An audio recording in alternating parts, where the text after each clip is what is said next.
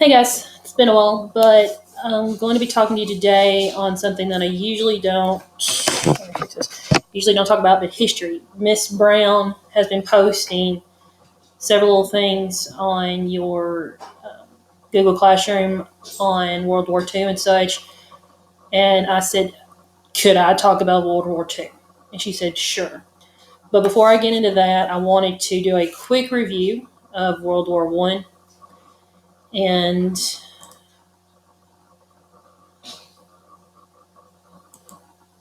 okay. So World War One, this is going to be like a fast review version of it, just the things we need to know. Okay, some important words you need to know, and you can stop and read this, is militarism, the military draft, nationalism, neutral, and communism. The page numbers beside the vocabulary word, that was the page of the social studies book we used to use, so it doesn't really apply to us. World War One, and during this time, a really big word that's going to also affect the next area that you talked about, the Great Depression, was interest, no man's land, trench warfare, isolation, suffrage. Those are your vocabulary words. Now, before I forget, I did put a link if you wanted to look over this little paper. I think I call it the Cliff Note version. It just has the important parts that we were required to tell you. So it's on Google Classroom in Miss Brown's Google Classroom, not mine. It's in Miss Brown's. Okay, World War One started in 1914 over in Europe, and it lasted for 4 years. Uh, During that 4 years, many people got involved. Some people withdrew, but this was a world war because it involved basically the entire world. You were on different continents, different places.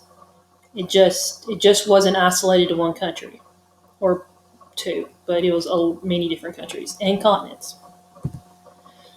The main fighting took place in Europe. It was on that front, and why in Europe is because you had so many countries, many different countries with different powers and different rules and different goals, that it was just easy for them to fight. Okay, who exactly was the conflict against? Well, you have the Central Powers, which were Germany, Austria Hungary, the Ottoman Empire, and Bulgaria. That is Germany, Austria Hungary, Ottoman Empire, and Bulgaria. And some of these places no longer exist because they went away when World War II finished. Then you have the Allied powers. You have France, Britain, Belgium, Russia, and then in 1917, the U.S. joined forces after an incident which caused President Wilson to join the war. Sorry. Okay, here is a map. It's not the best map, but it's pretty good. There were, at the time, over in Europe, there were five great powers, and they were Germany, Austria Hungary, France, Russia, and Great Britain's over here on this island. Okay, that's Ireland, but this is Great Britain right here. So you have Great Britain, France, Germany, Austria Hungary, and Russia. All right, these were the people that at this point in time had great power. The great power came from the economy that they had, it came from the military that they had, and when they had this power, all they want is more. So you're going to see later on, and if you remember what actually happened during this time. So if this were to be colored, your groups would be Germany right here, Austria Hungary. I get these two mixed up. The Ottoman Empire and Bulgaria. So it is actually in the center right here. So the center. And the main allies were Russia, Great Britain, France. Italy joined in 1915, and then the United States joined in 1917. Now, Serbia plays a big part in kicking off the war, but it really wasn't considered a main player because of how small and weak it was. So, this is just a map of Europe, and you're going to see how big all these countries are right now. But after World War One gets over with, you're going to see how a lot of these places dissipated or they got split up. They got absorbed into other areas because the map's not going to look like this after World War One. Okay, triggers and causes. The main cause of World War One was the assassination of Archduke Ferdinand. He was the royal crown prince of Austria. And if you remember, Austria is right here. Okay, so he was the crown prince of Austria-Hungary. And what happened is a person from a Serbian. Now I'm going to be looking down at my notes out here. He was actually there in where was he? He was actually visiting somebody, and then the Serbian, this group of people tried to have him assassinated. Their first attempt failed when they threw a incendiary device, a bomb, and it missed his car and got the car behind him. So those people were put in the hospital, and the Archduke and his wife went to visit those people. And as he was coming out of the hospital, they got in the car, and the car was just it was just like you were to get in a car with no roof on it. They didn't have roofs. And the guy just came up and assassinated him. Well, anytime something happens to the person in charge, that country is going to be pretty mad. So Austria-Hungary then declared war on Serbia. And then from that point forward, you have people who are allies, which means they had an agreement stating that if somebody declares war on you, we will help you and we'll declare war on them. So everybody started taking sides. That's where you have your Central Powers and your Allied powers. Now, there were four main reasons, and MAIN is the acronym that we're going to be using, that this war happened and that it continued to happen.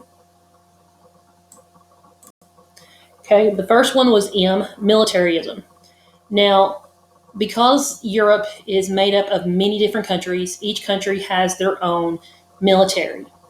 Well, most of them. Some of the smaller countries back then didn't have their military. So, like Serbia joined forces with France and Great Britain, who had large militaries to help them out. So, militarism is when a country builds a strong military to defend them and to defeat other countries. The second reason was an allied system, which was countries started forming alliances with other countries to strengthen their power. It's kind of like if you were the kid always being picked on the playground, and you befriended the big kid. Nobody's going to mess with you when you're near the big kid. So that's kind of like what these alliance systems were. You had the smaller, weaker countries joining up these bigger countries. So it kind of deferred a lot of militaries from coming in and taking power. You have imperialism, which is powerful countries in Europe were competing for colonies in Africa and Asia and other parts of the world. This actually went on, imperialism continued on post World War One. You had Great Britain, places like that, wealthier places that went in and took over parts of Africa, and they basically owned those areas and controlled it, and that was called imperialism. And the last one is nationalism, and nationalism is the belief that your country, whatever one you take as your own, deserves more success over others. And that nationalism is going to play a key factor in, I don't know how to say this, in making one of the most heinous people in history do what he did. And we'll get onto that when we get to World War II. But anyway, so you have militarism, an alliance system, imperialism, and nationalism. It's a lot of isms, but you're okay. Okay, this warfare was unlike any warfare that's ever happened. American Revolution warfare was adapted to what the colonials or the British did. They lined up in a straight line and just shot. Okay, it changed a little bit with these people who lived in the nature for a little bit. They were hiding places. Civil War, still people were just up front. They would be in the middle of an open field and shoot back and forth. This new warfare, which was referred to as trench warfare, maybe, okay. This is not the best way to do it, but I didn't want to mess with going back and forth with cameras. But anyway, sorry. This isn't, and you can look this up, would be an example of trench warfare where you had one side, get a pen. Okay, you have one side over here and the other side. This is more difficult than I thought. And right here. And you have this area right here that's called no man's land.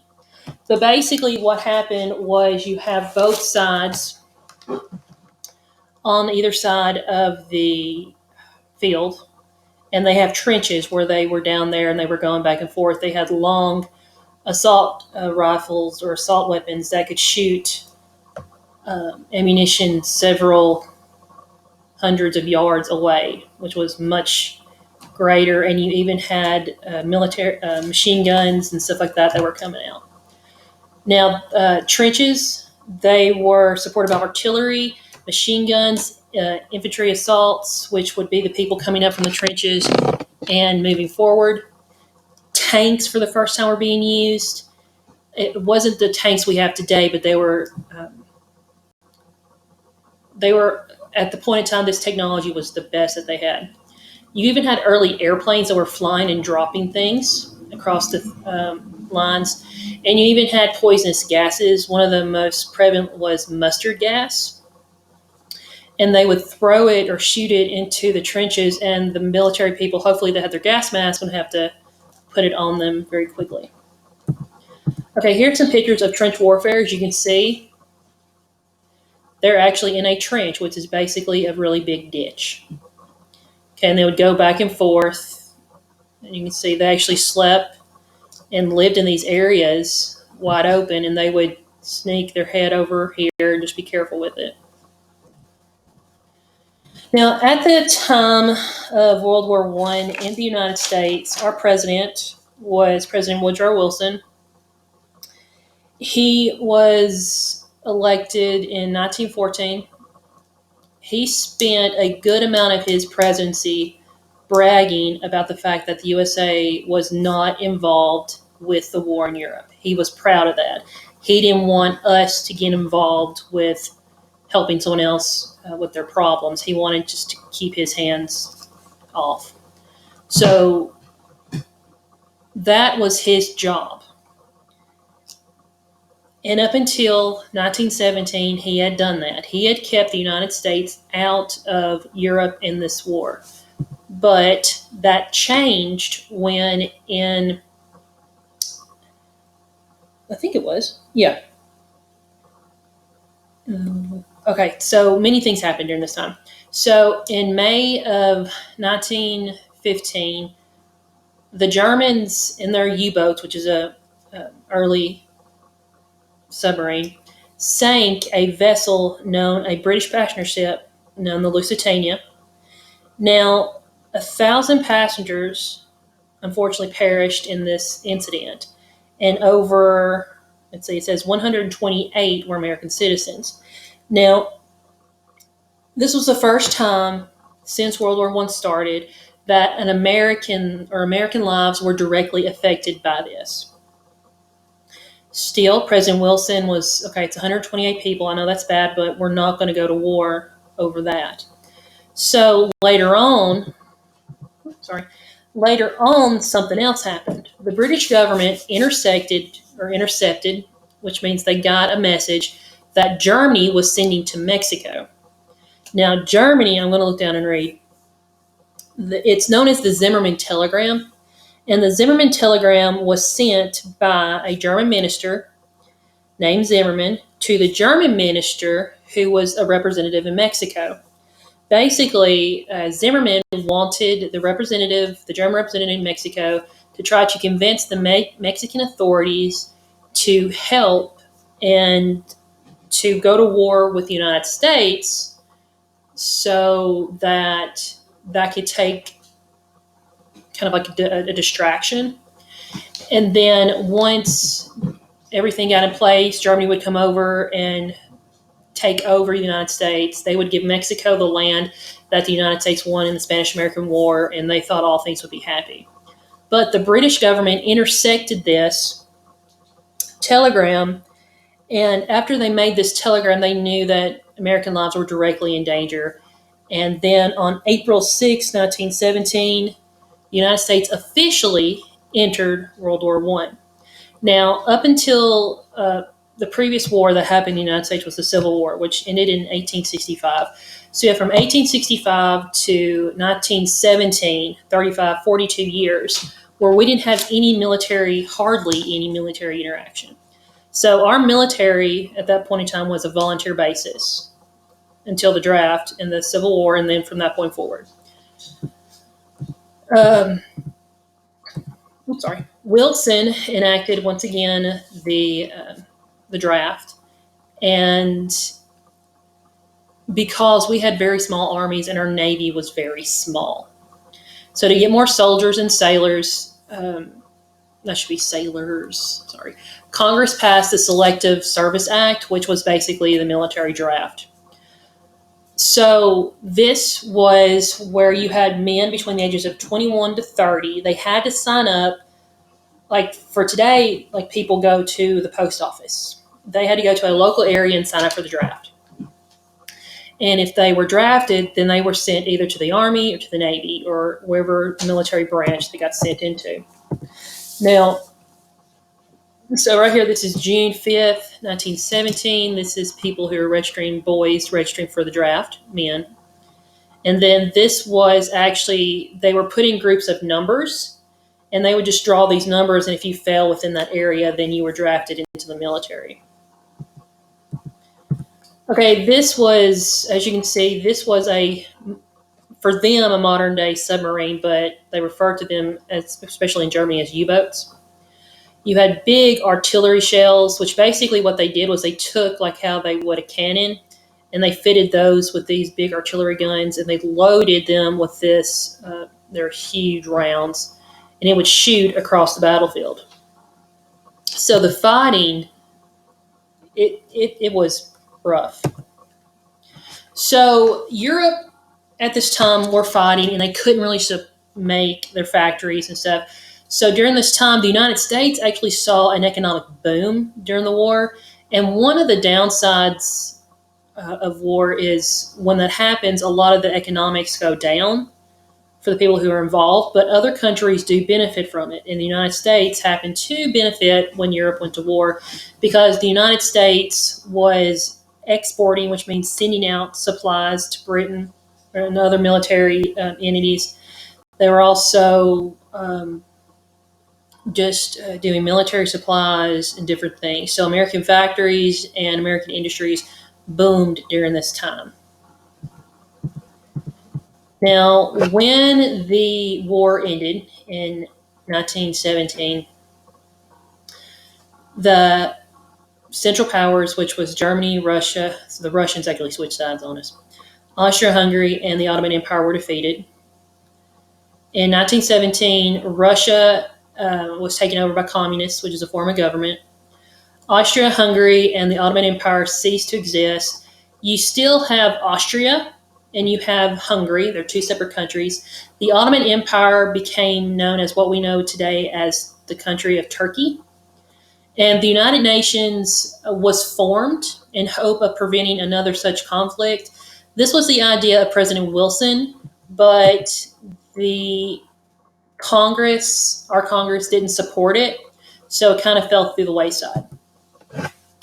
On November 11th, 1918, the Allied and German leaders met in France to sign the Treaty of Versailles.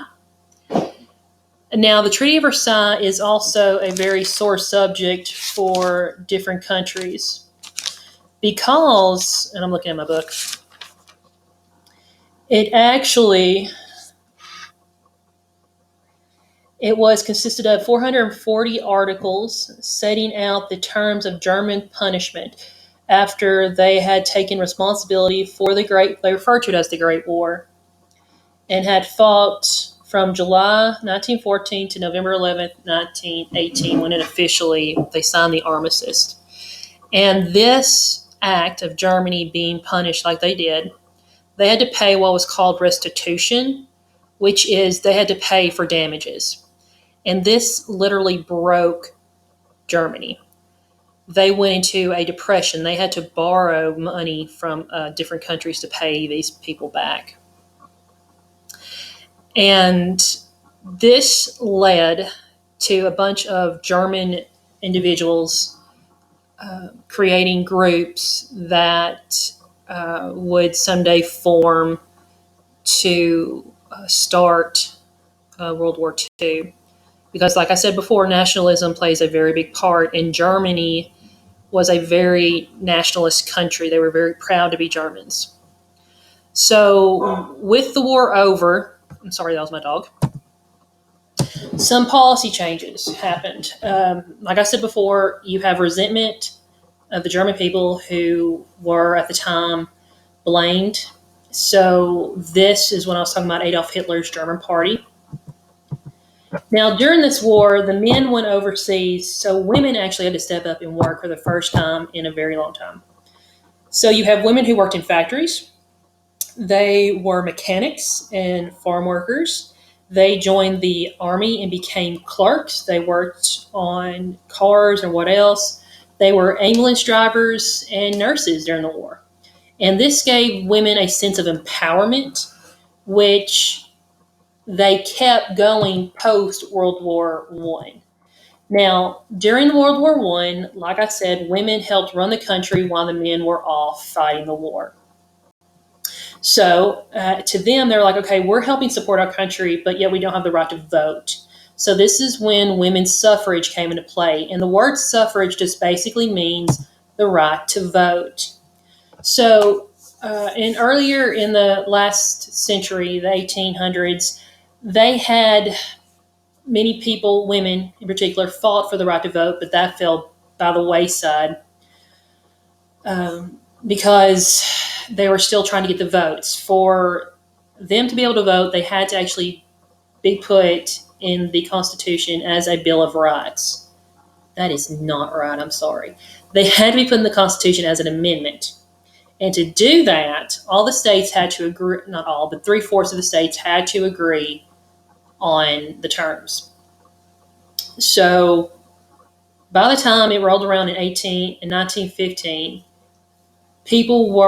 women were allowed to vote in certain states, but not all the states. So some suffrage leaders rose up. You have Susan B. Anthony, Elizabeth Cady Stanton, and Carrie Chapman Catt, who all were the leaders in the women's suffrage movement.